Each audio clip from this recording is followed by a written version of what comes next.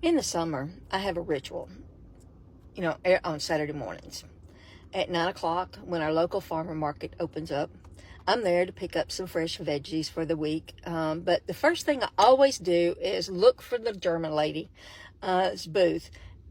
She sells homemade wheat, jalapeno, cheddar cheese, sourdough bread. Oh my goodness. This stuff is absolutely sinfully delicious. It is so good. Anyway, after I've got all my shopping done and I return home, I put my groceries up and I love up on my fur babies a bit. And then I change my clothes and I go out and work in the yard. And I usually work until it gets too hot or I'm just worn out. I usually try to work in my yard during the week after I get off work and putz around in the yard. But this past week, it's done nothing but rain. And so I haven't been able to do much outside. Anyways, this past Saturday, before heading to the farmer's market, I cleaned up my car. And as I'm walking towards the back to dispose of the garbage, out of the corner of my eye, I catch this thing. And I look, and it's a weed. It's like 6 foot high, growing in my flower bed. I have to say, not only was I astonished at how quickly that weed had gone from a seedling to the 6 foot weed, I was completely offended and annoyed by this monstrosity that had invaded my well-tended and much-loved flower bed. I had no thought to the fact I didn't have my work clothes on or my work shoes on, and I reached down to pull this thing up. Now, in my head, I remember thinking this would be quick, it'd be easy, as it only had a couple of days' growth. I never imagined how the root of this singular weed would have spread so quickly over about a 2 foot area, intertwined itself in the weed barrier and the roots of one of my tiger lilies. As I attempted to pull it up, not only did I pull up the weed barrier and uproot the tiger lily, I got mud all over my hands and all over my clothes and my shoes. This is what sin is like in our life. When sin is allowed to take root in our life, when it is left alone, allowed to grow, the more ground it claims, the more it intertwines into the fabric of our life.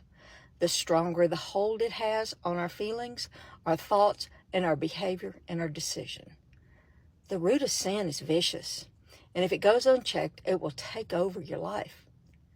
As a follower of Christ, we long to be completely free from sin, and one day we will be, but not in this life we won't. And John says, if we claim to be without sin, we deceive ourselves. The truth's not in us. And that's 1 John 1, verse 8. In this, he's telling us that there will never come a day when we are completely free from temptation. John tells us this so we don't become discouraged, so we know. However, we have God's promises. We are not alone in our struggles against temptation. That with God, all things are possible. That God is faithful. That he will never forsake us. When we arm ourselves as described in Ephesians 6, 12 through 13, take refuge, trust in trust in and place our confidence in the Lord. We will obtain victory over any battle. This is not to say we will never not be tempted. Sin's never going to be eradicated in this world because Satan is the ruler of this world.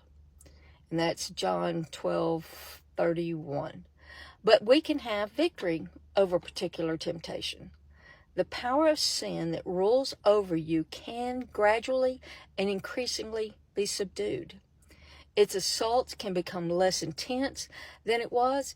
Its frequency will become less, and you won't give in to sin as you used to when you surrender your will for God's purpose, his plan, and your will for your life. Sin will no longer have the position in your life that it once had. In this life, the mark of success is not that sin is eradicated, but that it's weakened. It no longer has power over you. As sin is weakened, God's grace is increased. God bless.